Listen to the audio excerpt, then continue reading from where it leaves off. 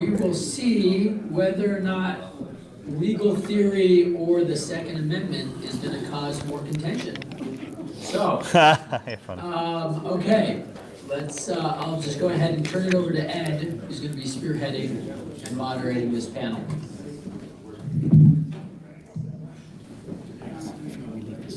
Yeah.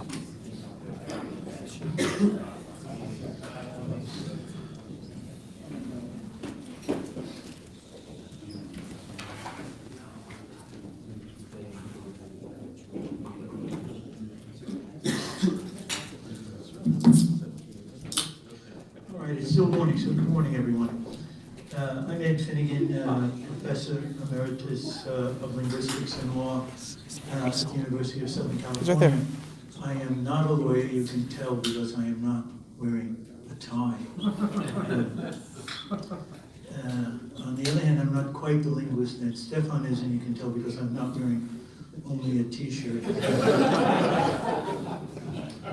And if you notice, Brian was wearing a jacket but no tie. I'm trying to straddle both worlds. Straddling both worlds. So welcome. We have three papers in this panel, and I wanted to let you all know how we have organized ourselves. We're going to go in a particular order, which we've determined may be the most helpful. And we'll then have a very, very brief round amongst the panelists if they have comments on one another's presentations. But we want to be sure to leave as much time as possible, hopefully a full half hour for you all to interact with your questions and comments. I'm not going to, because the full descriptions are on the webpage for the conference, I'm not going to go into any detail about the bios of the panelists, but the first panelist is going to be Viola Milho, who's a linguist, a professor in the Department of Spanish and Portuguese at the University of California in Santa Barbara. And Dennis Barron, and her paper, the title is probably up there already, The Use of Historical Corpora in the Interpretation of the U.S. Constitution. And after Viola speaks, then Dennis Barron is going to talk about corpus evidence shows that bear arms is always military, something with which I suspect not everyone in the room agrees. Dennis is a professor of English Emeritus at the University of Illinois in Champaign-Urbana, and also is a research professor of English and linguistics. And the third paper then, by Josh Blackman and James Phillips, is called Corpus Linguistics and the Second Amendment. Josh is an associate professor of law at South Texas College of Law and is wearing a tie. James Phillips is a non-resident fellow at Stanford University's Constitutional Law Center and a practicing attorney here in Provo, and has just come from a heavy morning of work and will return to a heavy afternoon of work. He too is wearing a tie. So, Viola? Thank you, Ed. Thank you so much for having me here. I was going to start with the captatio benevolentia. You know, I'm not a lawyer and I don't play one on TV, but I'm also not a corpus linguist and I don't play one on TV. So I am a linguist that uses corpora, and I sort of, you may have noticed I modified the title slightly because I thought it was too arrogant, the one that I'd chosen first. And so I'm actually coming to this from a philologist's point of view. So it's kind of, that's why we decided that I would go first, because it's perhaps a more general and a more historical type of paper. And so what I'm going to talk about again, just to remind myself what original meaning or original meaning is, and I will offer a couple of observations from a linguist's point of view and a philologist's point of view. And then I'm going to have a look at some of the early sources for both legal text and perhaps original meaning related specifically to the Second Amendment, given that, you know, I agonized for a couple of weeks when I was told that I was going to be put on a Second Amendment panel. I was thinking, okay, well, just grab the bull by the horns and let's just get it over with. And then I will give you an idea of what I've used the corpus for and what kind of analysis one can do, although I'm sure this is not going to satisfy the heavy canons as far as corpus linguists go, and then hopefully get to some conclusion.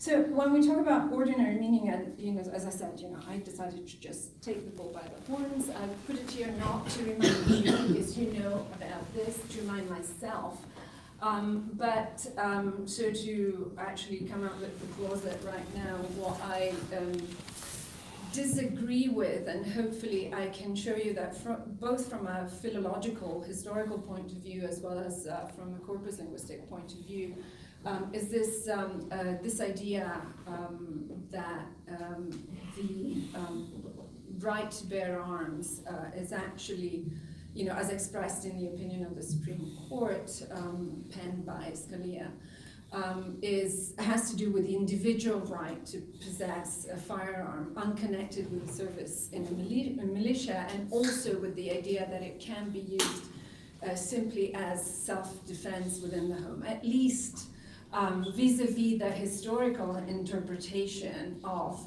the phrase bear arms. And so, however, I mean, we've heard a few talks already that address this idea of ordinary meaning and what is ordinary meaning, let alone whether we should be using ordinary meaning in the sense of the man in the street or of the courts and the lawyers. I actually find this quotation from Leon Morrison's 2018, that it's ironic that there's no ordinary meaning of ordinary meaning. I think that's it's very to the point. And I'm also referring to Stefan Gries's recent paper submitted for the new edition of the Routledge Manual of Forensic Linguistics, and the discussions about ordinary meaning in that paper.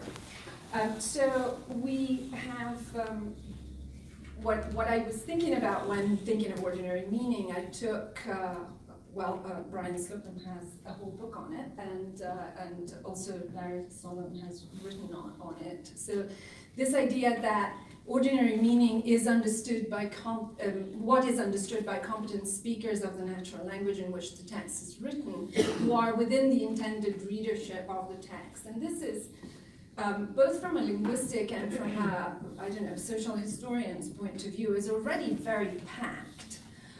Because what is a competent speaker is also a matter for determination. You know, any native speaker of English, regardless of origin or education, will have some intuitions about the meaning of words and you know, whether some expressions or constructions are grammatical or not. But for instance, the size of his or her vocabulary is going to be very different depending on profession, on education, etc. So already establishing what a competent speaker is not necessarily, I mean, it's fraught with potential pitfalls.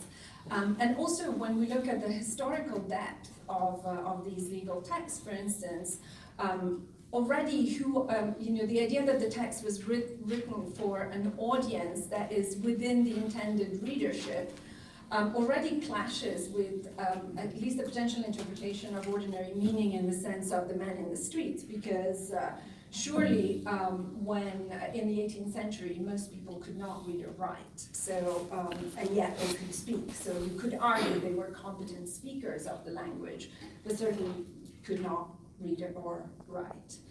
And so I'm going back to this discussion in Stefan Gries's recent paper about what do judges rely on typically, pre-corpus analysis, for instance? Well, their own intuition, their own experience as speakers, competent speakers of language, on dictionaries, on etymology, and even sometimes on morphological analysis of the words or the structures that they are dealing with. And of course, this kind of, what are the problems that are raised by this kind of approach? Well, it's very individual, right? It's this kind of methodology that is very individual, non-transparent, because why choose one dictionary instead of another, for instance?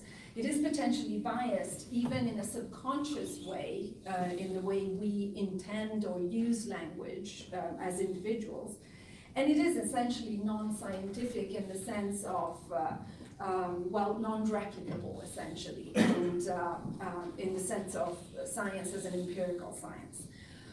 So the other thing is about ordinary meaning is this idea that, and I mean, obviously, maybe this is very obvious to all of you, but when you add a temporal dimension, then as you can see in this very rough and ready table that I have here, what ordinary meaning was in the 18th century obviously is no longer ordinary meaning perhaps in the 21st century. So at least you've got a quadripartite division. If we intend ordinary meaning to be non-educated, man in the street but native speaker of English, that's going to be ordinary meaning 1 for the 18th century, but ordinary meaning 3 for the 21st century. And when if it's educated, the readership that we were looking at in the previous definition, then it's got to be an ordinary meaning 2, different from ordinary meaning 1, and potentially you even have the specialized ordinary meaning of the lawyers and the courts that are not only educated, but they are specialized in the jargon and statutory interpretations, etc., of the law. So what can we get from, the idea was, given the skepticism that we've heard about this morning with the use of corpora within the legal system, for instance, I was thinking, well, what if a philological approach, the intuition, the etymology, the morphology that judges are supposed to be using, or have used so far at least, were in unison or differing from what we find in the corpus, which is what Wolfert was saying earlier on as well. And so I was looking, the closest thing that I took in early legal texts to find out at least the educated ordinary meaning of bear arms and militia, for instance, the two expressions that I focused on, were Blackstone's commentaries, which were touted as being, the first interpretation that made common law accessible to in layman's terms. Although, as you can see from some of the examples that I have, that at least nowadays they sound nothing like layman's terms. Okay, but so going step by step. When we talk about intuition, yes, of course, judges and any native speaker of English will have intuition about his or her own dialectal variety of English, for instance. But these are by no means, for a language like English or Spanish that has several millions of speakers, these are not the same, for instance. So while in modern Scots, for instance, it's perfectly okay to say the car needs washed, this would probably sound, ungrammatical to many speakers of other varieties of English. So the same holds for passages of the language. You could consider them as different varieties of English that have, for which many speakers of modern varieties have no intuitions. What about etymology? Well, etymology might help, of course, but we cannot expect modern speakers of a language to have any historical knowledge unless it's acquired by specific education of the etymology of a word. We've all thought about, at least those of us that actually teach Introduction to Linguistics as well, the idea that everybody in contemporary America understands that a hamburger is a meat patty, but they don't necessarily know that it's something that originally came from Hamburg. In fact, it's actually going back to this idea of using, for instance, morphological analysis. Most people would, well, we know that it's been segmented wrong, because otherwise we wouldn't have fish burger and tofu burger, right? So it means that it was segmented as ham in some sort of meat, and a burger meaning some sort of meat patty, whereas Hamburg is the original morpheme, right? So that also is not exactly what,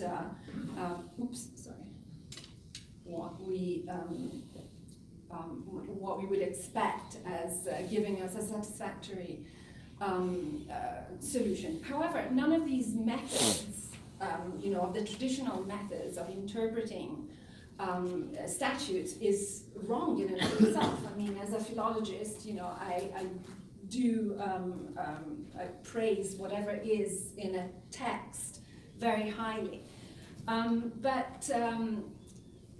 So, for instance, going straight to this idea of the right to bear arms and bearing arms, this is something that, and Blacksons and other, people that write on heraldry, for instance, know very well. It's something that comes from the feudal system, and it's ambiguous from the start, actually, as meaning either bearing armorial insignia or going to war in support of the king or in support of his vassals, right? And so only later, and because it is so intrinsically connected to military service, does it become more often used as literally wielding weapons. So this goes back to the idea that even bearing arms, actually, at some point, because it's so connected with the privileges of the nobility in post-Norman conquest England, for instance, it is always synonymous as also being able to inherit the estate of the previous owners.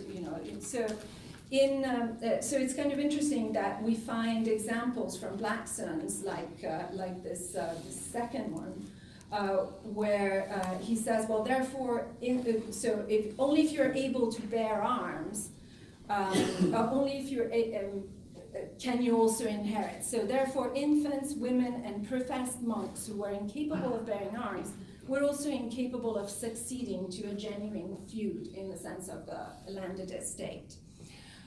So it's always at least polysemous. And what were these services that were due to the Lord? Well, ransoming the Lord's person if taken prisoner. So it's always got to do with the raison d'état. So this idea that it has a very deep political meaning also. And the second type of service has to do with the succession to the estate. And as you can see again, only a male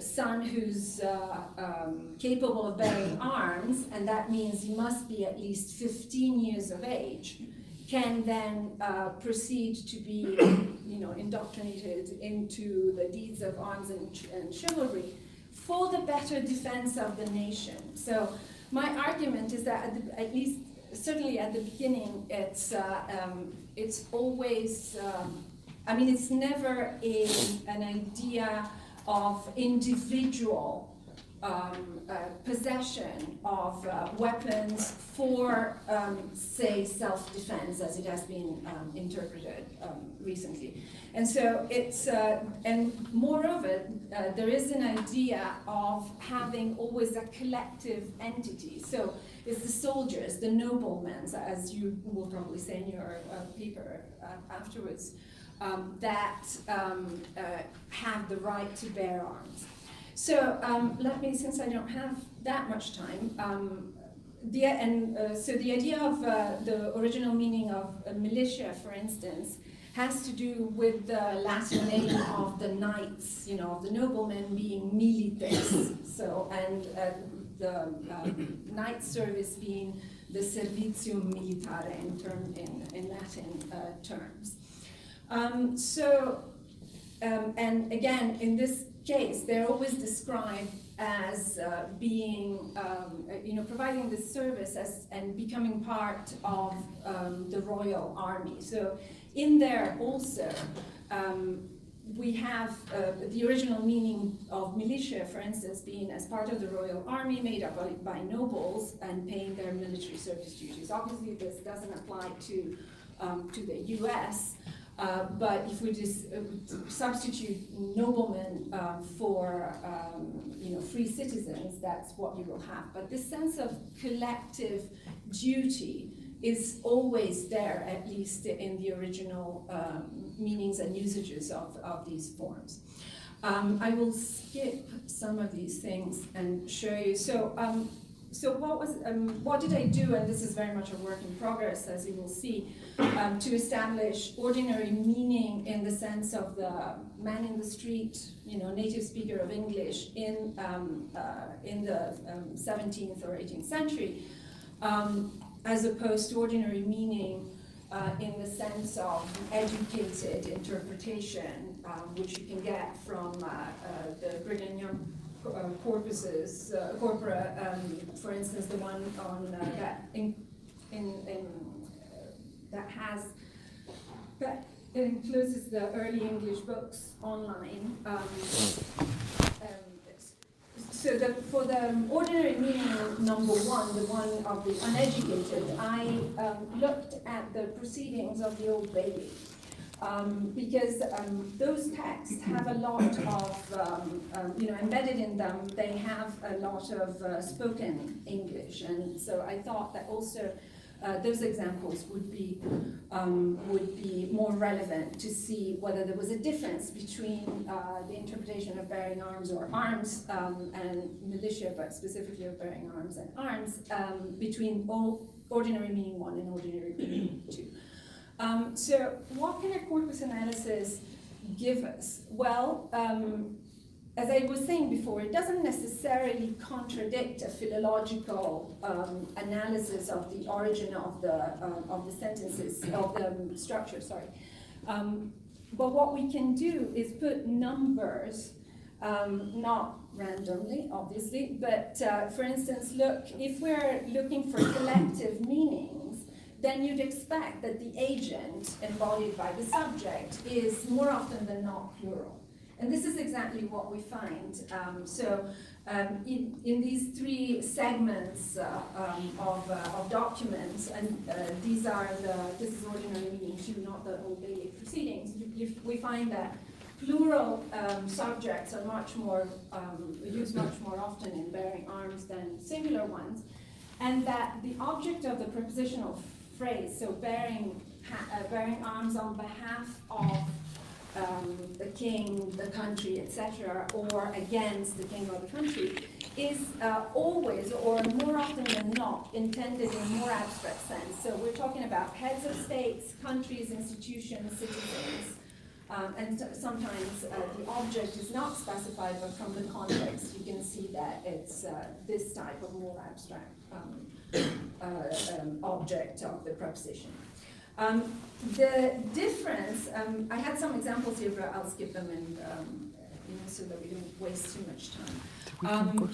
In the case of ordinary meaning one, so for the uneducated, will show us that, for instance, in the whole of the corpus, there's only one example of bear arms, and that just means essentially providing military service. Otherwise, the verb to bear never occurs in the Old Bailey proceedings with arms. So what you find is that arms are either conceived of as an emblem to recognize possession of an object, that has been stolen, for instance, Or in this case, they just mean weapons, and sometimes in fixed phrases like by force and arms.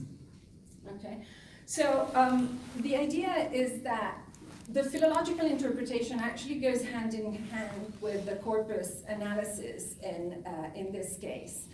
And it seems to be contrary to Scalia's interpretation that it could, that it can be an individual right, and it can be carried out in self-defense. It always seems to be, in fact, having this collective meaning, and in order to defend an institution, like the king, the prince, the country, etc.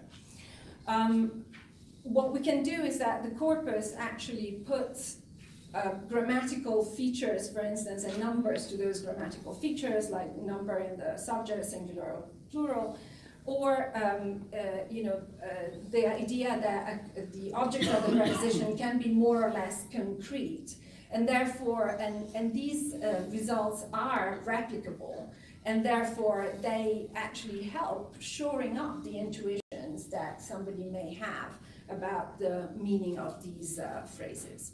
I'll skip this. Oh, sorry. I'll just go to the last one. So I really do think that despite the skepticism, the use of corpora and the analysis of corpora can give us the empirical evidence provided by examples of actual linguistic usage, which will provide us in turn with a more sound scientific empirical methodology. Thank you. Following the example of the previous panel, then, we'll hold our expressions of appreciation until all the panelists have presented. I will say thank you. Thank you. Dennis Barron is next. Okay.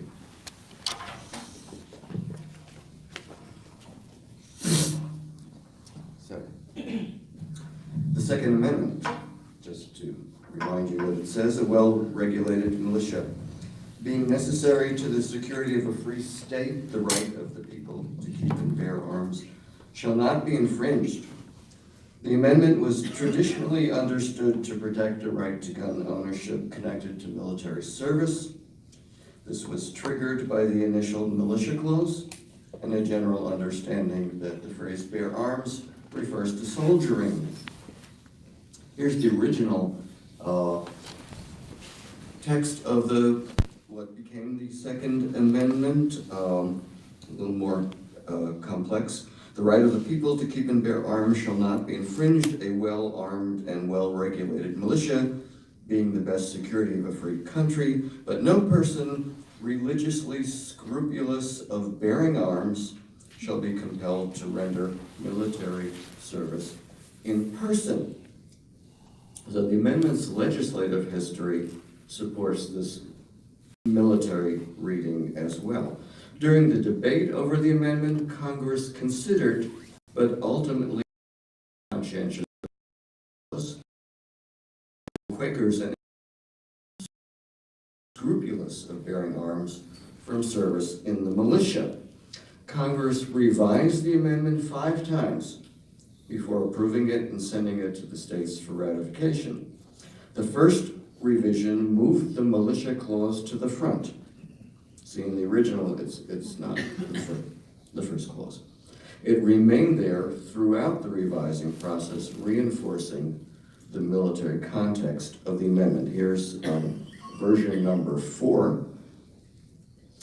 In the 5th edit, one after this, the Senate removed the conscientious objector clause, which had been the subject of some controversy. But the militia clause appears in every version of the amendment. Not be infringed.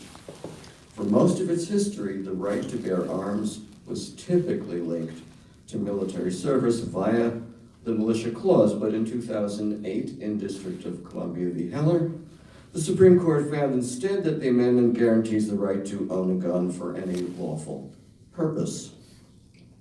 In his opinion in Heller, the late Justice Scalia dismissed the amendment's legislative history as irrelevant, discounted the militia clause, as a preface that did not limit the amendment's scope, and insisted instead that the phrase bear arms did not refer to military contexts in the founding era. Here's what he says from the opinion. Although bear arms implies that the carrying of the weapon is for the purpose of offensive or defensive action, it in no way connotes participation in a structured military organization.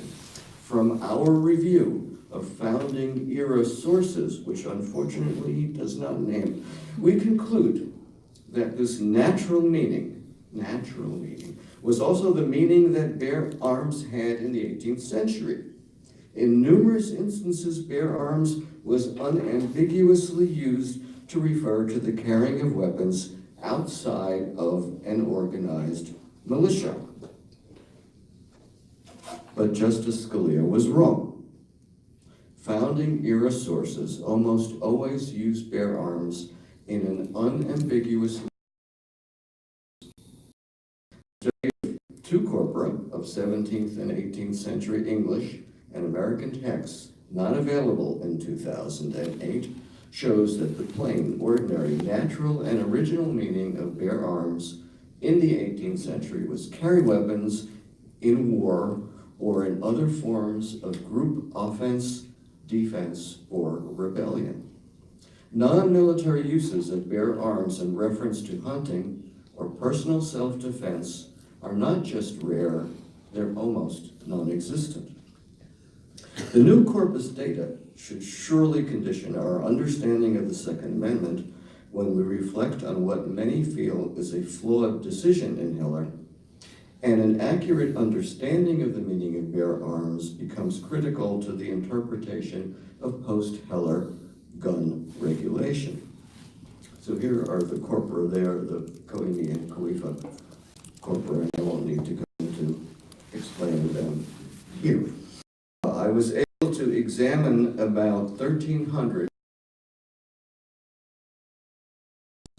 in context through the corpora, because you can click on the citation and it will take you to the original text and see the whole page, and if you need to do the entire work that the phrase bear arms comes in.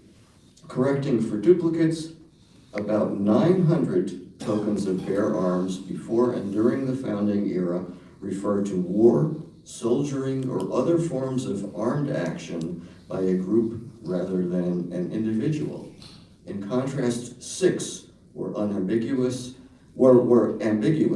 and only 1 carried no military connotation at all. That's less than 1% of the tokens that I found. Here are a few typical examples of the military sense. I won't read all of them. Look at number 4. The numbers of the inhabitants murmur at being obliged to bear arms, and the dread of a French war is very general. Number 5, which was in something by Jefferson, for the defense of their country, 80,000 men able to bear arms. Among them, it is believed scarcely any will refuse to sign this demand. Okay, so these don't need much explication. The exceptions we're going to look at in a little more detail. Here are some of the examples. Number 1, no person shall use or bear any arms within London and the suburbs, or in any place between the said city and palace of Westminster, nor in no other part of the palace by land or water, except such of the king's people as he shall appoint to keep the king's peace. Now, English monarchs regularly disarmed groups of their potential enemies, including at one time or another the Scots, the Welsh, and the Irish. This is really a summary of a 14th century statute of Edward III, which shows that monarchs felt able to create weapons-free zones for forbidding weapons anywhere near the palace, in areas of dense population, for example, in the 14th century, where the Black Plague had dramatically increased the potential for civil unrest against the monarchy. Only military personnel, authorized knights, soldiers, peacekeepers, and guards were permitted to bear arms in these sensitive venues. The 1689 Bill of Rights asserted the freedom of election, the freedom of speech in Parliament, and the right of the subject to bear arms and to petition his sovereign. This is a 1777 summary of the English Bill of Rights, 1689. The Bill of Rights was passed by Parliament after James II was deposed in the Glorious Revolution of 1688. One of its provisions reads, and it doesn't have bear arms, it says that the subjects which are Protestants may have arms for their defense suitable to their conditions and as allowed by law. Notice this is a gun control statute, as allowed by law. And it says have arms. Why did the paraphrase use bear arms? It's not clear, but it seems to suggest that what the banishing of arms from Protestants had to do with was preventing their rebellion against the king as a group, not as individuals. James, a Catholic, had disarmed the Protestants in an attempt to quash their resistance. Example 3. A peasant in this country, unless in time of great danger of invasion, is not suffered to bear arms. This is in a pamphlet describing Poland. In the broader context, it shows that Polish peasants were only permitted to bear arms for defense of the nation. So again, the implied military national defense context. Number 4, that every person who will go for Ireland on these conditions shall out of his first share of money buy for himself and every relation and servant that he carries with him who are able to bear arms, a good musket or a case of pistols for the defense of the family. Now, what looks like a case of individual self-defense, this, I argue, is potentially ambiguous because basically this pamphlet is encouraging Englishmen who owned land in Ireland to return to their Irish estates to protect them from takeover by the Irish nationals. It stresses the importance of military preparedness at both the local and the national level in the face of Irish insurrection. Basically, what it is saying is that every English estate in Ireland should have its own private militia. Example number 5, that clearly nothing to do with military example, 1 out of 900. An ape who knows how to bear arms to attack his enemies with stones and to defend himself with clubs. This is in a description of the orangutan. Bear arms has no military implications. It translates the French portée des armes, which typically refers to military contexts, but may also in French refer generally to carrying a weapon, as it does here, but I would like to draw your consideration to this. The description of an ape, often referred to in the 18th century as the man of the woods, the orangutan, is probably not one on which to pin a constitutional argument about the original meaning of bearing arms. Example 6, that the people have a right to bear arms for the defense of themselves and the state, and as standing armies in times of peace are dangerous to liberty, they ought not to be kept up, and that the military should be kept under strict subordination to and governed by the civil power. This is the passage from the Pennsylvania Declaration of Rights, often quoted. Presents an argument for militias rather than a standing army, is often cited to support a non-military use of bear arms. Scalia excerpts it in Heller. But the phrase bear arms for the defense of themselves is St. George Tucker. ambiguous, as Saul Cornell has pointed out. Some constitutions actually substitute the phrase for the common defense rather than for the defense of themselves, clarifying that this is not an individual but a group defense that's being talked about here. In Heller, Scalia also cites this phrase, every citizen has a right to bear arms in defense of himself and the state. Now, this is clearly individual rather than group rights, but this wording is post-Second Amendment.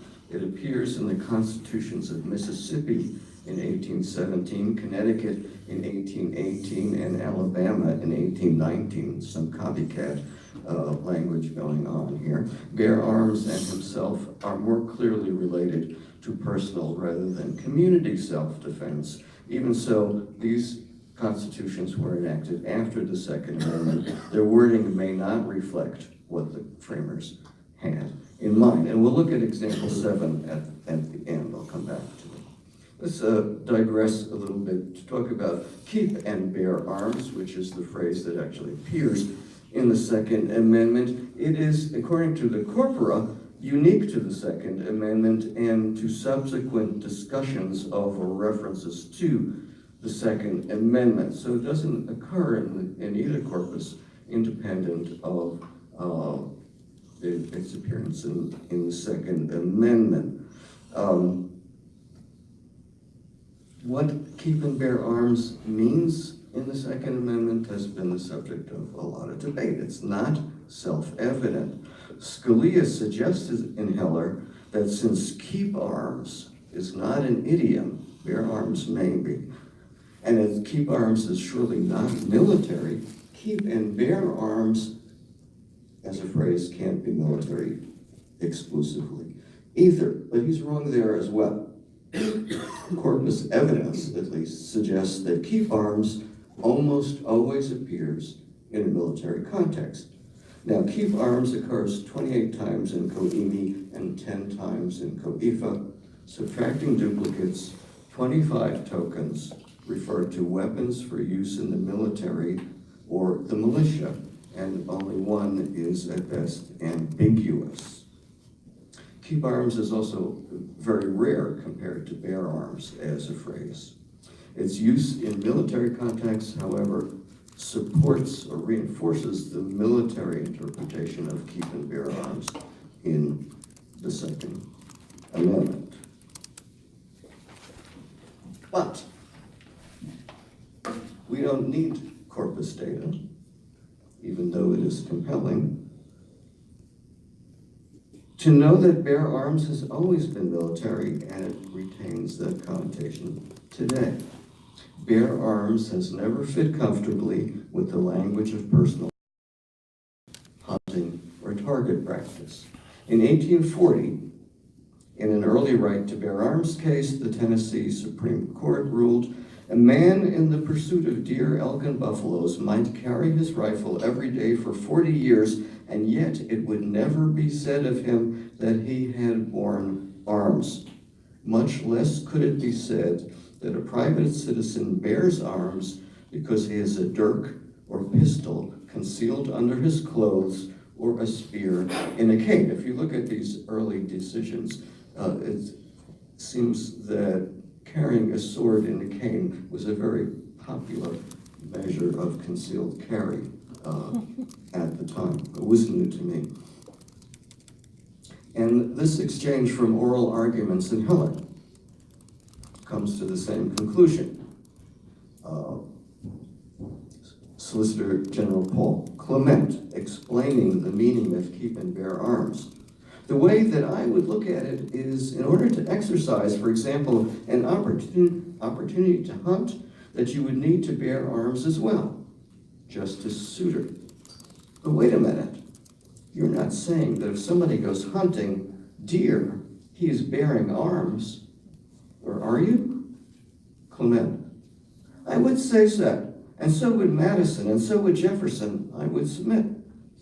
Souter. Somebody going out to, in the 18th century, someone going out to hunt a deer would have thought of themselves as bearing arms? I mean, is that the way they talk? Clement. Well, I will grant you this, that bear arms in its unmodified form is most naturally understood to have a military context. Souter did not need to point out the obvious that bear arms appears in its unmodified form in the Second Amendment. And then we have this classic example writing about the Second Amendment. In 1995, the historian Gary Wills put it succinctly, one does not bear arms against a rabbit. Ordinary meaning. I will cite Taniguchi. When a term goes undefined in a statute, we give the term its ordinary meaning. In Heller, Justice Scalia insisted that bear arms meant serve as a soldier only when followed by against. But as a backstop, he argued that even if the unmodified bear arms was primarily military, quote, the fact that the phrase was commonly used in a particular context does not show that it is limited to that context. In other words, even if bear arms usually means go for a soldier, it can also refer to the non-military right to carry a weapon. So far as Scalia was concerned, this less common meaning of bear arms is its natural, original, and legal meaning in the Second Amendment. 4 years later, in Taniguchi v. Pan Pacific Saipan, the court argued the opposite, that a word's most common meaning is its natural statutory meaning. In Taniguchi, the justices consulted 14 dictionaries to conclude that the word interpreter, used in the relevant statute, most often refers to a translator of speech, not writing, much less commonly to a translator of writing. According to the opinion written by Justice Alito, a word's most common meaning must be the one intended by the law. The Supreme Court being the Supreme Court, the justices can have it both ways. A word's typical meaning can be its plain legal meaning, and a word's rarer meaning may control as well. But any claim that these contradictory methods allow the court to reach the original meaning of bear arms in the Second Amendment is a sham. In the end, the Supreme Court based its interpretation of the Second Amendment on more than just an incorrect definition of bear arms. The majority concluded that today, Americans, living Constitution, Americans need guns to keep their homes safe and their families fed. According to Scalia, the framers, quote, undoubtedly thought the amendment protected the universal right of self-defense. He noted that even Quakers shoot animals for food. Even though nowhere does the Constitution mention self-defense, hunting, or target practice, not explicitly, not in its emanations, not in its penumbras. Indeed, weapons regulation has always been essential to the notion of bearing arms. Now let's get to our seventh exception from the corpus. To protect the people against the violence of those who bear arms and to punish them severely if they shall dare to insult them might still be, as it is at present, the business of the magistrate.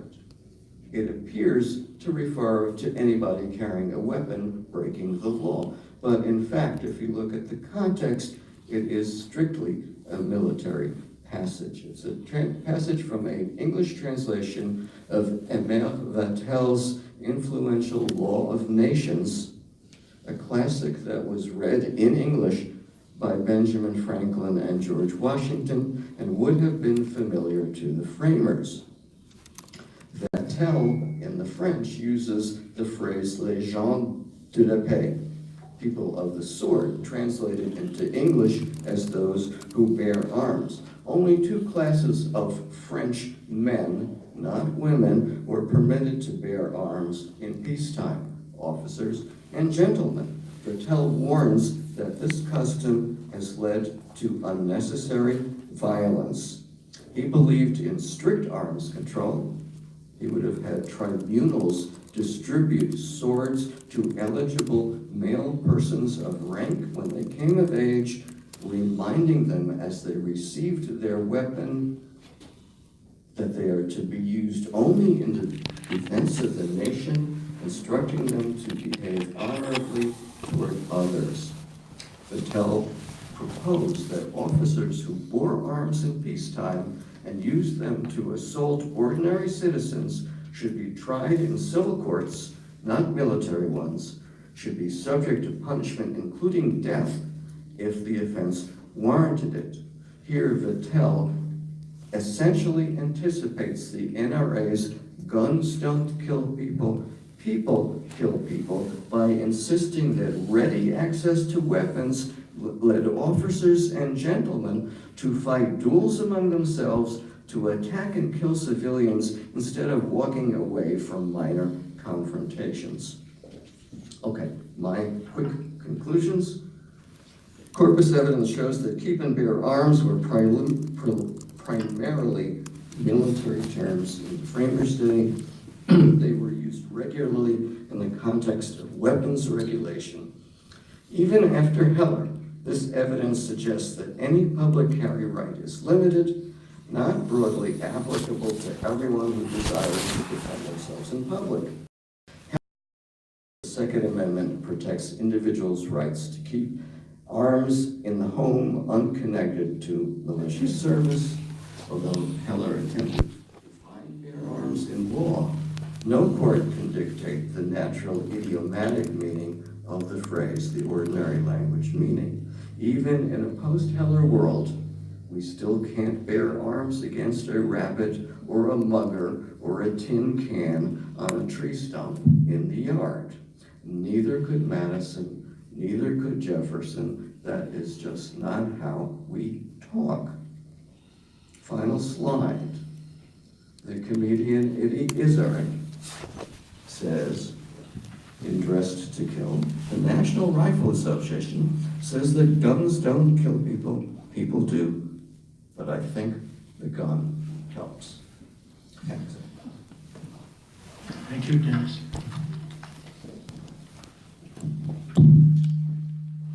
Hi. I think I'm the only one without a PhD up here. So why am I even on this panel? Ooh, I got some bad people. Wearing a tie. I don't need a mic, it's fine. Why am I even on this panel? I'm not a linguist. I have no training in linguistics.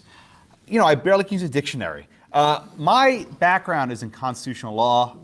I've been writing about the Second Amendment for almost a decade. I've given a lot of thought to this case. And about a year ago, I approached my friend James and I said, we should really think about applying the BYU corpus to the Second Amendment. And I thought the reason why is someone else can do it also. So we should probably try and put a flag down. And over the summer, we published a piece in the Harvard Law Review blog with some tentative findings. And we want to push now some of our more advanced findings. So let's go back to Heller, okay? Both Justice Scalia and Justice Stevens relied on the state of the art in 2008. That state of the art is now largely obsolete. And I think they both recognize that. Justice Scalia wrote, "We've studied, quote, written documents, the founding periods that we have found." And Justice Stevens said, "We cited, quote, dozens of contemporary texts." That's nice, but that was so 10 years ago. We relied on Kofia and the Comia to look at the ways certain words were used. Professor Barron searched for bear arms and keep arms. Our searches were a little bit broader. Instead of just looking at the phrase keep arms, bear arms, we used ranges. So for example, we searched for the word right within 6 words of arms. We searched for the phrase the right of the people.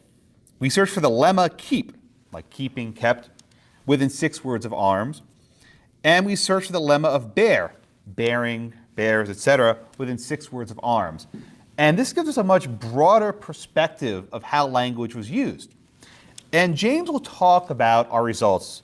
I'd like to start by talking about what I see some of the promises and limits of corpus linguistics. So the upshot of the promise is it's a heck of a lot better than dictionaries. I think we all understand at this point that dictionaries in the founding era were very inaccurate. There was a lot of copy pasting, right? People just copied one to the next. And we've already seen in the emoluments litigation that we've had a judge who relied entirely on dictionaries to reach results. And we have paper Professor Cunningham, and James has his own paper with different approaches, but it's an advance, and I'm happy with this advance. But I think we also be very careful about the limits of corpus linguistics when we're talking about judges. I'll make this point very bluntly. In some cases, corpus linguistics is the start and the finish, right? You can look at CL and you're done. So James, I think Justice Lee have a paper on the phrase domestic violence, right? There's a phrase in the Constitution that speaks about domestic violence. Now, today we use that phrase to mean abuse in the household, right? That's how it's generally used. But at the time of the founding and for some time thereafter, this phrase had a very different meaning. So we had something we call linguistic drift, where the meaning shifted over time. So with interpreting the phrase domestic violence, I think CL is pretty good. You don't have to go much beyond that, right? But for other for other searches, corpus linguistics forms only a part of a decision. Consider Heller, for example, right? The majority and dissent used many different originalist tools. Justice Scalia looked at the history of the right from the Restoration to the Glorious Revolution to the English Bill of Rights. He looked at court decisions. He studied the commentaries of St. George Tucker and others. Justice Stevens tracked the drafting history of the Second Amendment. When we look at Coffea and other corpus, we have necessarily limited materials. These queries cannot possibly reflect the broad range of robust historical inquiries performed in Heller. Corpus linguistics may not always be able to prove or disprove a comprehensive originalist decision like Heller. I make the point very bluntly. If linguists think they'll tell a judge you're wrong because of a database, that's not going to go anywhere. There are a lot of pieces that go into an originalist decision, and we have to be amenable to all these different tools. Okay? When corpus linguistic reaches its limits, scholars and jurists turn to what I call thick originalism, which is a lot of other sources. Also, I've seen in some of the papers today that they describe CL as science, as a constitutional science. You know, you mix 2 parts hydrogen and 1 part oxygen, and you get water. Right. That's not going to fly. Right? And describing corpus linguistics to judges as a science, I think is a mistake. It is. They're not going to buy it, and I think it's misleading. If you search Coffea for bear and arms in a sentence, you don't always get the exact nature of a constitutional right. The Second Amendment has many provisions. There are many elements that interact. There are different clauses. There's context, there's grammar. There's the right of the people to keep arms, to bear arms, and all these provisions do different things. CL will not resolve all of this. At bottom, corpus linguistics, and really any mode of interpretation relies on judgment. But there are advantages. CL is transparent, right? We can tell you what queries we performed, he can tell you what queries he performed, and you can check. You can replicate it. Can you replicate what someone did? That's a very good test if your approach is sound. Okay? Second, we can discuss our assumptions. We make assumptions here, right? Whether something's coded as individual or collective. We can discuss our assumptions, and maybe we're right, maybe we're wrong, I don't know. But we can make it public. Third, we can have our results scrutinized. When we publish our paper, we're going to put online a spreadsheet with thousands of rows. And if you're so inclined, you can go line by line and check us, right? We don't pretend to have the alpha and omega of reading this. We're not prepared to say that Scalia was necessarily right or wrong. We don't think it disproves it or proves it. But we can at least give people science, as it were, to check. And we encourage people to double check, and we actually mean that. We're not publishing this paper, I think, for several months to come. We welcome feedback. We think it would benefit from it. That's why we're presenting it here. We're also presenting it in 2 weeks in sunny San Diego at the Originalism Conference at USD. And we'll just have an entire different realm of scholars who focus on history to kick us in the butt, which we're very much grateful for. Okay. I'll briefly discuss a few points of Heller. In Heller, Justice Scalia's majority, if we know, adopted the individual right sense, and Justice Stevens focused more on a collective sense. A huge component of the research focused on a brief that Professor Barron submitted almost a decade ago, which focused on how the phrase bare arms was used. And we actually don't quibble with him on the phrase bare arms. We quibble a little bit when we go beyond bare arms. I think we're largely on the same page there with bare arms. Our research found that Justice Scalia made some mistakes, and this is a Federal Society card-carrying member saying this. Scalia messed up. His analysis of the phrase bare arms against, I think, was very thin. And I think he got it from somewhere, we're not really sure where, but I think his analysis of bare arms against was weak. We also think Justice Stevens had some problems. The way he described keeping bare arms in an idiomatic sense, there are some non-military uses we found in our research. So this is not enough to say that Heller was right or wrong, or the Scalia was right and Stevens was wrong. It's we can prove or disprove certain aspects of their decision. I think that's a worthwhile endeavor. Okay, I've said enough. And my colleague James, who is one of the founding fathers, so to speak, of the BYU Corpora, he's shaking his head, but I'll give him some. We actually gave you a standing ovation this morning. You weren't here for it because you're so productive. Actually, with a real job, he's a lawyer. It's a tie. But my colleague James will run us through some of the results. And we also have our spreadsheets. If you want to have a look, we're happy to share them with you. We want to scrutinize it. But we really mean this. We want people to pick our work apart because we want this to be as thorough as possible. Thank you. James? Okay, thanks, Josh, and thanks for the invitation to be here. Our first question was, is keep and bear arms some kind of term of art? Is it a binomial or a legal doublet or something that is a singular linguistic unit? And so I think as Dennis pointed out, when we looked in COFIA, after you get rid of duplicates or quotes of the Second Amendment or things that may be irrelevant, when we search for keep and bear, we only found it twice before you get into the constitutional debates on the Second Amendment. So we thought, that's interesting. It's pretty rare. Let's go look in COEAM and see if maybe it was a little more common in England. And of course, it's an interesting thing to go back and look at England because sometimes, of course, the United States is adopting kind of what England's been doing, and other times we're making a break. In fact, St. George Tucker, 12 years after the adoption of the Second Amendment, said, we don't treat arms the way England treats arms, traditionally, the way Blackstone envisioned them. Whether or not he was right or not is a completely separate question. But we looked in COEAM, and we couldn't find it at all. I mean, we found it 9 times it quoted the Constitution, and once it was completely irrelevant. It was talking about the arms on your body and something else. So it's just, it wasn't a term. It wasn't a term. And so then we thought, well, maybe this is invented for the Constitution, what Samuel Bray refers to as a hendiadys, right? Maybe it became a term. And some of the stuff that we found, we didn't think that necessarily it probably had become a term with the Constitution. So in the debates on the Second Amendment, which we found in our searches in COFIA, when they're talking about, as Professor Barron pointed out, there was this provision about religiously scrupulous people not having to bear arms. And one of the folks, Mr. Scott, don't remember what state he's from, said, well, this could potentially infringe another right we have, which is keeping arms, right? He was treating keeping distinct from bearing.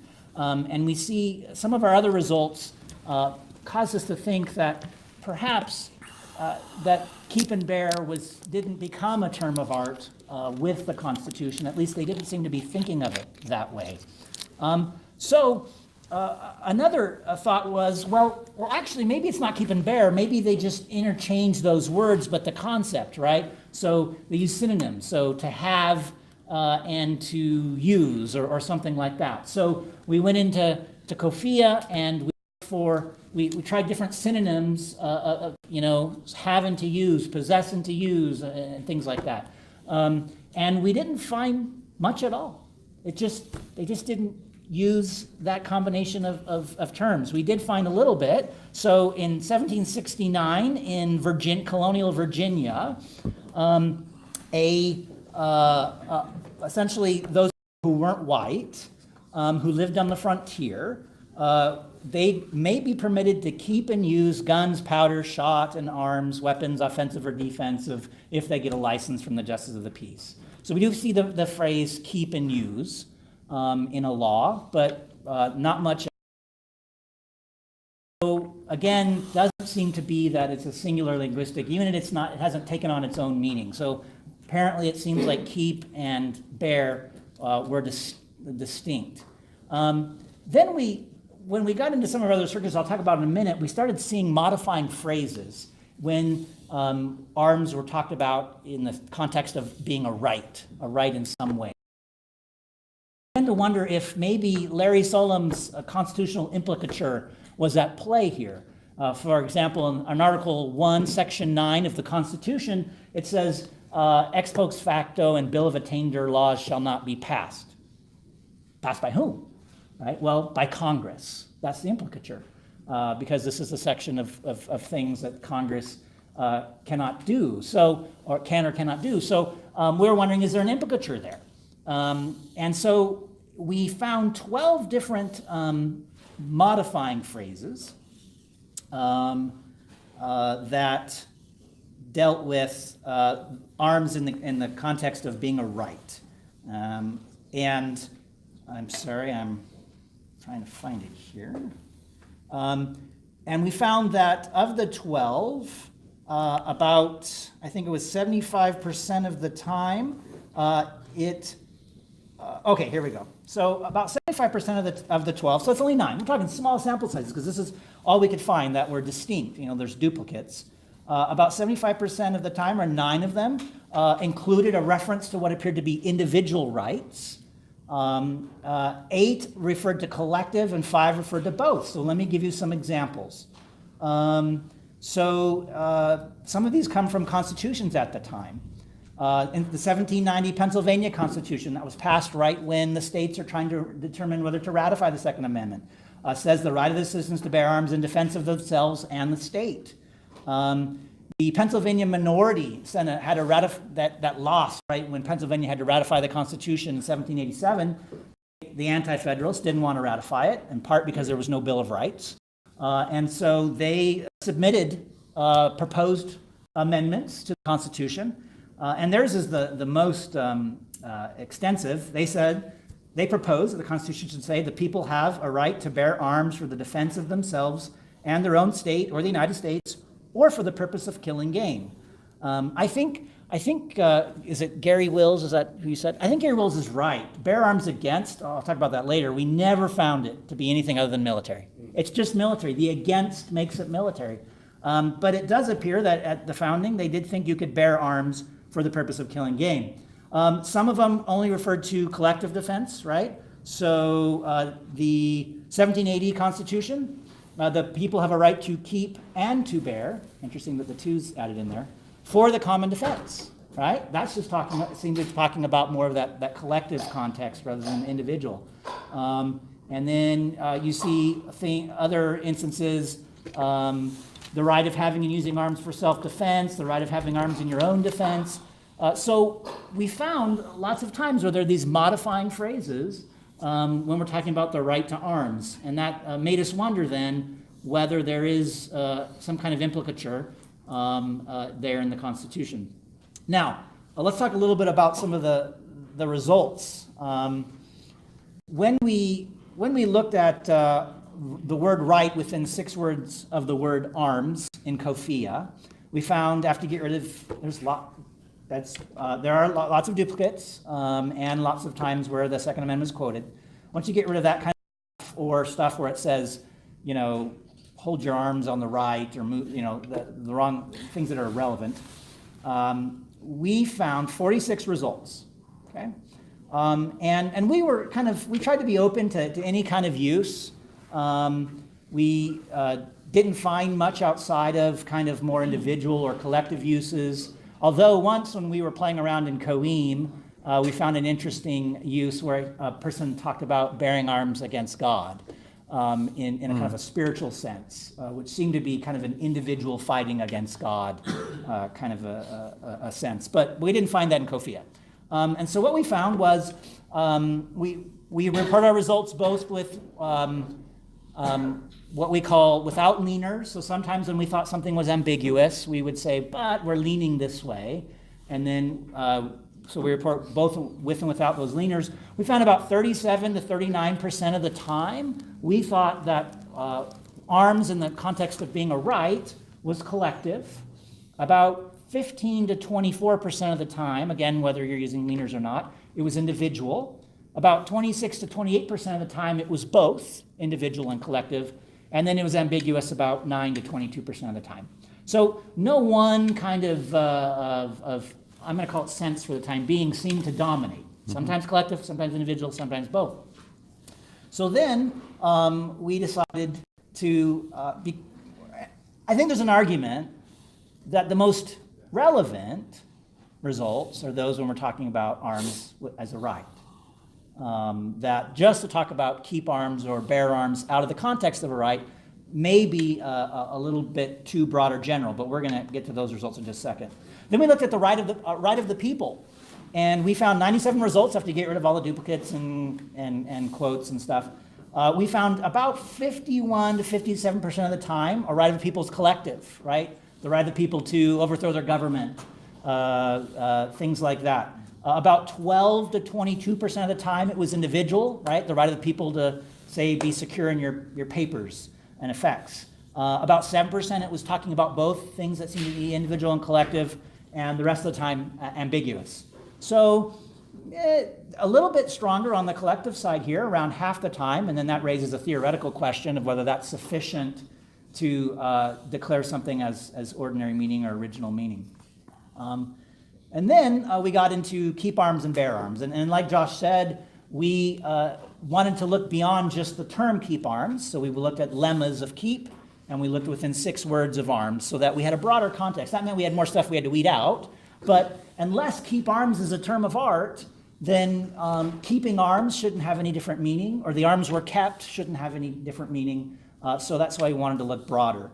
And what we found was we only found 39 results in COFIA, which after we eliminated the duplicates and stuff. And this is what we found. So we found about 28% of the time it seemed to be referring to collectively keeping and collectively using. About 28 to 36% of the time it seemed to be referred to individually keeping but collectively using.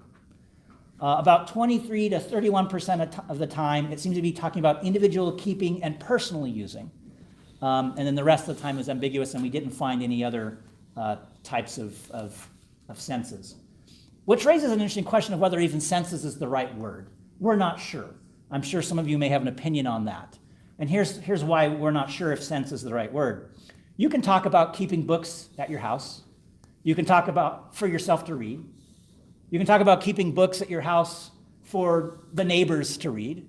You can talk about keeping books at a library. The town keeps books at a library for the town to come read. Are those different senses of the word keep, or are they just different contexts? Not sure. So it makes me wonder if we're talking about different senses or just different contexts. And if we're talking about context, then suddenly frequency maybe becomes a little bit less relevant. Although I wouldn't say entirely not relevant. So finally, bear. Bear within 6 words of arms, the lemma of bear. And one thing we did with both keep and bear, to be fully transparent, is we thought the context here isn't of the Second Amendment, because this is the question we're trying to answer. The context isn't soldiers keeping and bearing arms. It's the militia or perhaps individuals, people.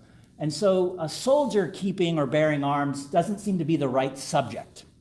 So we eliminated, although you can see in our spreadsheet the ones why we eliminated those. If it was a soldier keeping or bearing arms, we didn't count that. Now, if it was somebody in the militia, we did, and if it was, we couldn't tell if it was a soldier, a professional standing army type soldier versus a militia person. If we couldn't tell, then we counted it, just to be on the safe side.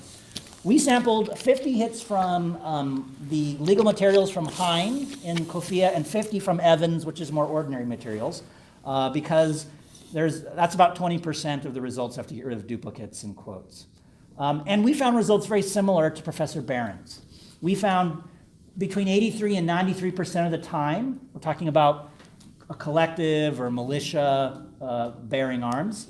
Only 3% of the time did we find it to be individual. 3% of the time we thought it was both, and then 1 to 11% of the time was ambiguous. So perhaps as high as 93% of the time, bear arms was talking about militia or military in that sense. And so that's pretty strong, it's pretty dominant. So these results make us think that two things. One, we think Scalia was wrong, that bear arms against is the only way that bear arms has any kind of military context. Certainly, I think putting the against after bear arms makes it sufficient, but I don't think it's necessary. So we think Scalia was wrong on that. We think Stevens was wrong that keep and bear arms is referring to a single thing. We just didn't find any evidence for that. What that means for who's right and wrong in Heller is another question, but that's all we have for now. So thank you. Thank you. Thanks. Thanks very much. And maybe it's time for all of us then to express our appreciation to the panelists. I'm going to exercise my prerogative here as panel chair to skip the step that we had earlier talked about, assuming that there are questions and comments from the audience. And James says we can have twice as long as he had at his panel. So we have 10 minutes then for questions and comments from the audience. And I suggest that you speak up, otherwise I'm giving the mic back to the panel. So. Don't do that. Okay, please, Evan. I just have a question about, what we make as a matter of constitutional laws. I guess it's mostly directed at Josh, but I'm sure it's about the possibility that this data will develop over time. So we could have a very well-established decision in year 1, and then more data comes out in year 10, and it goes the other way. This is it's potentially a problem for things like consistency over time, and so I guess from the perspective, it's easier to deal with when we're not dealing with data. It's easier to deal with, I think, when we're not dealing with something that purports at some level of strength to be rooted in some kind of science, right? It's easier just to say, well, that was then, this is now, and we're just dealing with precedent. But are there additional problems? Is there going to be a super strong deference to a decision that is rooted in, say, corpus linguistics, in a way that there's not to a regular constitutional decision? Well, that's a very good question, Evan. I like the way you framed that. Let's say that, Justice Scalia wrote Heller with, originalism like, 2.0, and then in 10 years we have originalism 4.0, whatever version we're up to. And let's say that maybe Dennis is right, and maybe that Scalia was wrong. Do we then overturn Heller? I'm sure he would love that, right?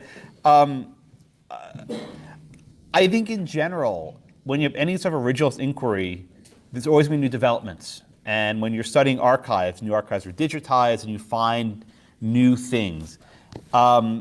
The reason why I'm not totally troubled is that linguistics, I think, forms part of the originalist inquiry, not the entire inquiry. So maybe if one part's weaker, the other parts still pick up the slack. Could you file a motion for reconsideration, Heller, asking to reconsider in light of this, this new COFIA? I think it's unlikely, but it's a good question. I mean, maybe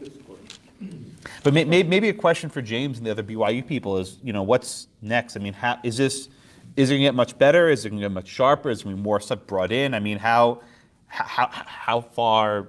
I don't know. How far is this going to go that maybe that we're doing now is obsolete in a couple of years?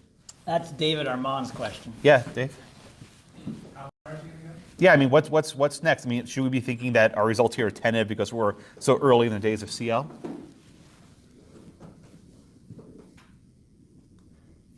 I'm not sure you can answer that question one way or the other. I mean, so the assumption is that there's something we haven't found, that there's other speech that's not representative, that's excluded, say, from COFIA.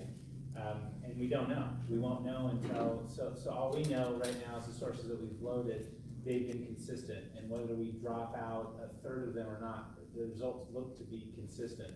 So that speech to me appears, either what we have is too narrowly defined, or there isn't the variance that you get in the later 19th and 20th century.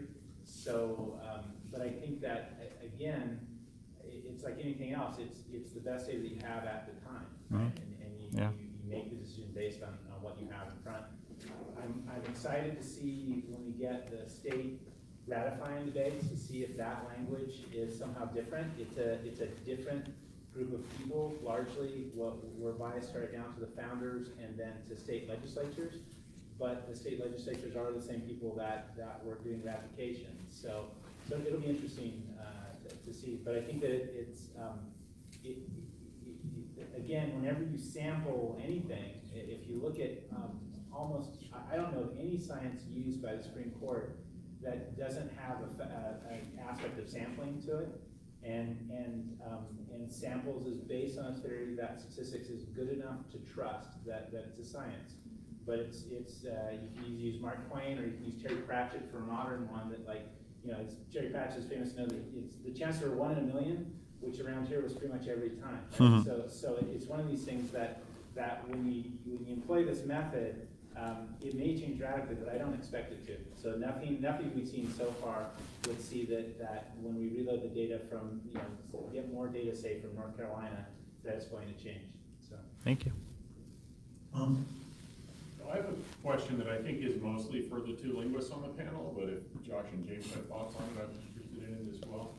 And it goes to what I think is a big question that several of the panelists earlier were getting at. And maybe a simple way to state it is just, how do we know whether the sort of military militia sense of bear arms is a separate sense of bear arms linguistically, or the way that sort of humans understand or perceive distinct senses, as opposed to just an example, you know, as opposed to, you know, the purple car versus the red car, or something like that. Because it does seem like everybody seems to agree that most of the examples of bear arms in the founding era are examples that involve militia sense.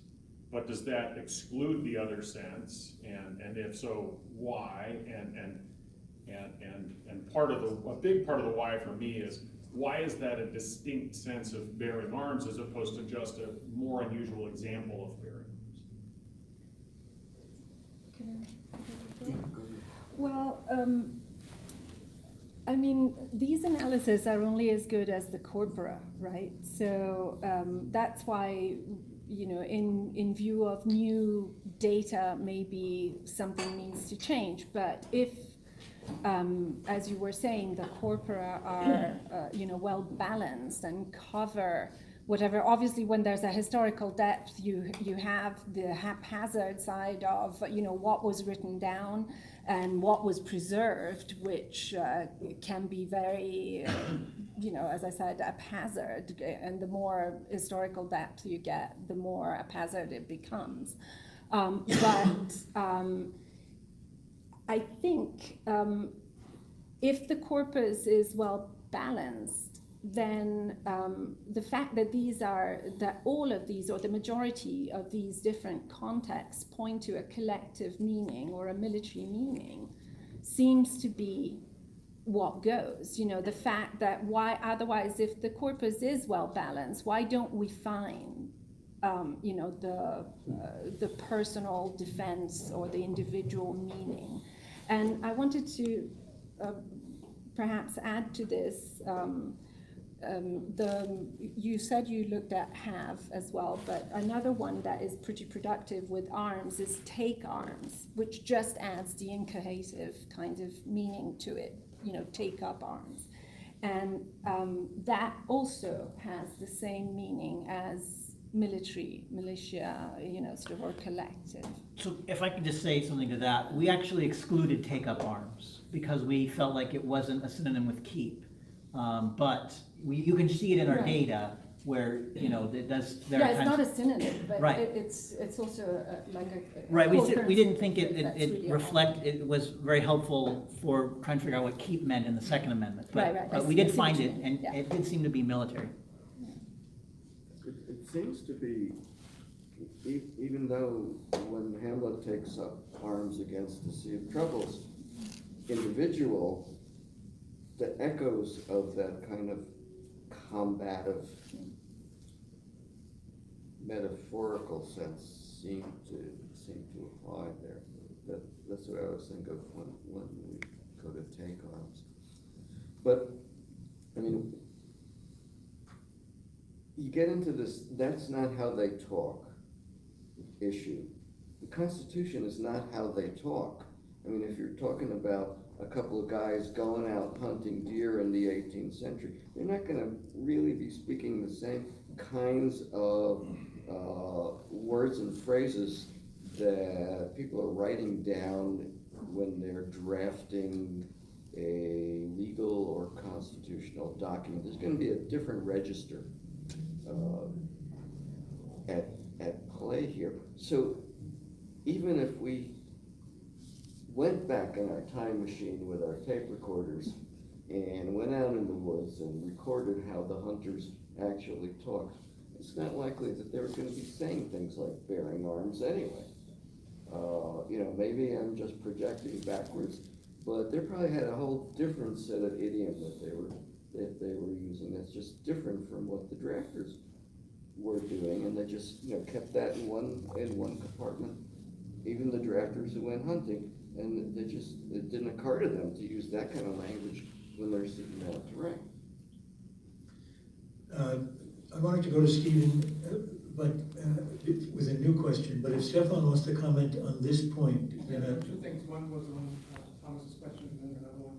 So I mean, one thing I think that your question goes to is that, I mean, I think actually your question needs to be more precise based on your own continuum from the Morrison paper. You know, I mean, the question whether it's different senses. I mean, you have to look at it also. Are you coming in from possible meaning, from ordinary meaning, or something like that? Right.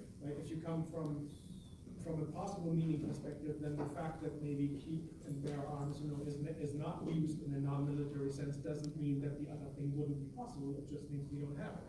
If you come at it from an ordinary meaning perspective, then you would have to say, I guess, adopting the logic of your own papers, you know, to say, well, it is the most frequent one that we have. It's the most common one. And say, well, it seems like if we were to ask what would the normal man have understood, that's what it would have been. So I think the question actually needs to be phrased more precisely before we can talk about what the data say. But then one other thing I wanted to say to this question about what if we get new data. If I may put this slightly believingly, I sense a certain degree of double standards here, because I doubt anyone in the room would have a problem with in psychology or suddenly in 20 years come up with a new test to find out whether someone is culpable or not. Then I guess the judges and lawyers here would say, yeah, but yeah, we can't use that, there's no precedent and stuff like that. No, I mean, you would go with, okay, we now know more than we did before.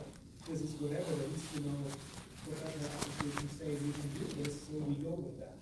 So I don't quite see why, you know, more data and more findings would lead to advances, you know, in jurisprudence and other sciences when it comes to psychology, but the corpus linguistics suddenly is this big dilemma. I mean, no. You know, we develop new data, we develop new methods to analyze those data to the degree that these findings are pertinent to, you know, your legal activities. You adopt them, or the field develops whether they adopt them, to ask whether that suddenly causes great problems, you know, puts corpus linguistics, or says, you know, that's not totally different from every other science, and I have no problem, you know, adopting progress in. Thank you. James, I did indicate to Stephen that I would take his question. Can we take that to be the last question or comment? Yes, but for those going to Salt Lake, you'll just need to eat very fast. And I am going to Salt Lake eventually because I live there, but I'll stand so you can see me. I had, in the time-honored tradition of making comments and not asking questions to a panel, I just had one sort of, Josh had a quibble with the use of the language of science and corpus linguistics, and I want to quibble with that quibble. I have both a disagreement and sort of an agreement with it. The disagreement is there seems to be a notion among some of the early critics of law and corpus linguistics that if two people look at the same data and disagree, then it's not scientific. And that has, to me, an idea of what science is that is rooted in kind of the shared sort of things that we know are lawfully true because there's an overwhelming consensus about basic arithmetic, about fundamental laws of nature. But in fact, in a great, the work of most scientists does involve the interpretation of objective data by subjective interpreters who disagree, and who often disagree. Science is and here is basically a dictionary definition, it's a systematic observation of the natural world through experimentation, and those experiments that can be falsified or verified by subsequent interpreters. And so the idea that corpus linguists and people using corpus linguistics aren't engaged in science, I dispute that. That being said, I have found that I think that where Josh is coming from, if I may, is a notion that if you are doing science, you must have an objectively correct answer. And I wouldn't be surprised if there are a lot of folks in the law who receive scientific language who interpret it that way. And as a consequence, in some of my most recent writing, I've tried to use terms of evidence-based that sort of dial down the rhetoric just so that I don't give the wrong impression to lawyers. But that being said, I do think it's a scientific inquiry. Just because we disagree, it may say more about where we are in terms of advancing law and corpus linguistics methodologically speaking. Thank you. Thank you. Can I just a brief 1 minute? I agree with the second sense. When you're presenting arguments to a court, you should be candid that this is not like 2 + 2 = 4, that there's judgment involved. And if that's what you mean by science, I don't have a problem, but you have to be very careful how you present these arguments to judges. I agree. Thank Okay, you. I know that there were a couple more questions, and I think it's been carried into the lunch period. I want to say that this is the 4th of these conferences that I've attended over the past 3 years, and to give a public word of thanks also then to Gordon Brown, and to David, you weren't here this morning when he acknowledged you, but I think all of us are enormously grateful, and the progress in the complexity of our thinking over these 4 conferences is nothing short of staggering and quite welcome. So thank you all very, very much. Thank you so much. Thank you. Thank you.